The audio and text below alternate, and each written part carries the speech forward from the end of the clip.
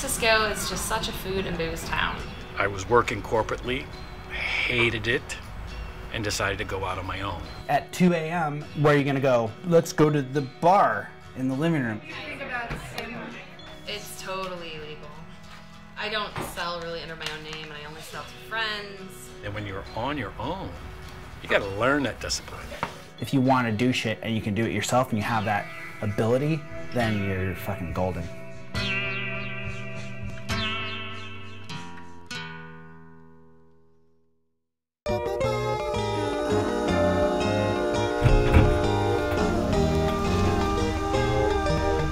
I started making these candies because, I don't know, about 2 years ago, I went to a local fancy candy shop and they were selling their vanilla caramels for $2 each.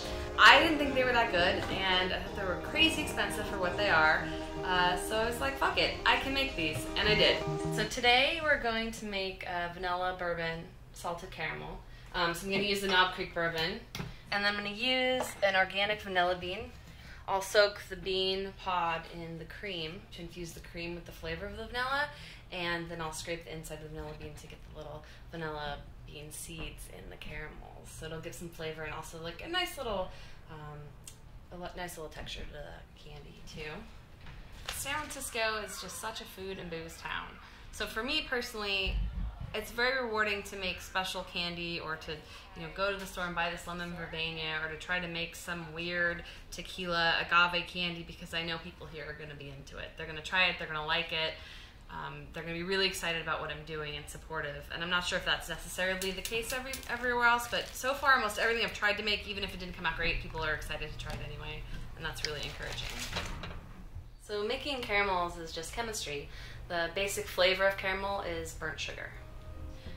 Turn it on high heat. The next step is that the sugar will dissolve as the heat rises, and then it'll start to boil.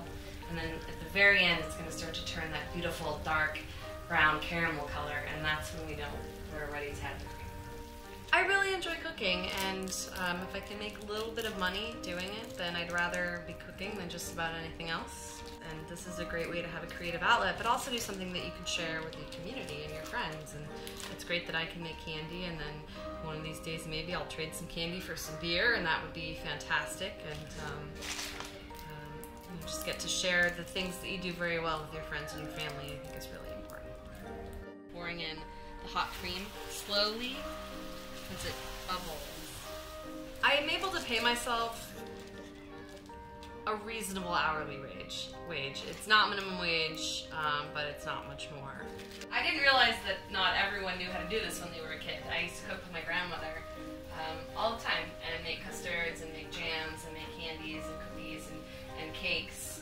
I do enjoy the time in the kitchen, and I get to work with some really great people when I get to collaborate and do special events or store openings, or you know, corporate gifts for people. That's really my reward for doing this. I wouldn't suggest this to anyone who wants to make a lot of money, because that's probably not going to happen.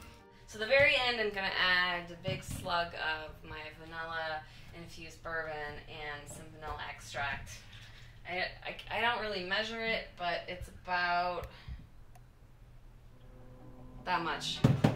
The reason I started putting the different infused alcohols into my candies is because I really wanted to see what kind of a different or unique flavor profile I could get by adding two of my favorite things to a pot and seeing what would come out at the end. Well, if this was legal, I'd have to get a commercial kitchen, but it's not, so we don't. And my kitchen is already pretty well set up for cooking. That's alcohol booze. If you were to smell that, you would get drunk.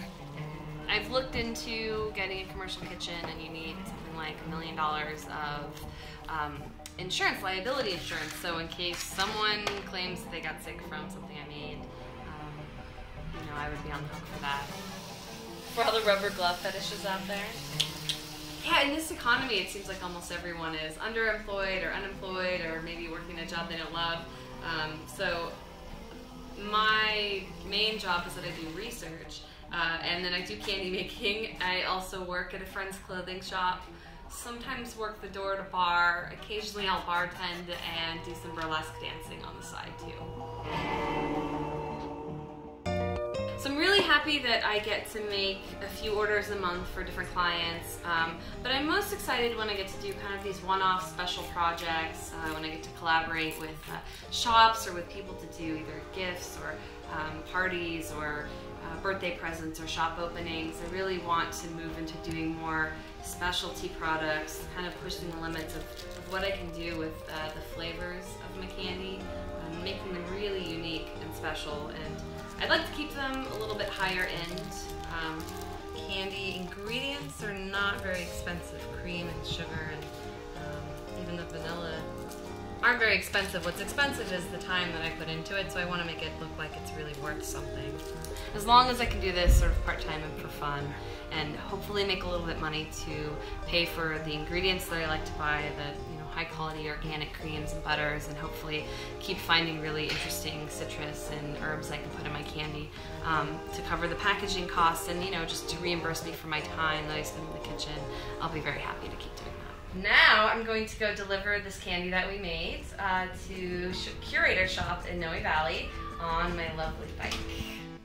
Well, hopefully going forward I'll keep getting to do this great side project and work with some fun people.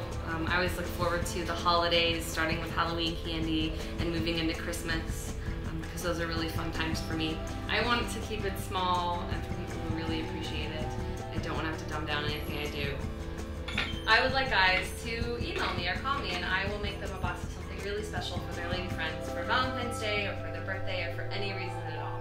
I mean, it's called Sugar Tits. How romantic is that?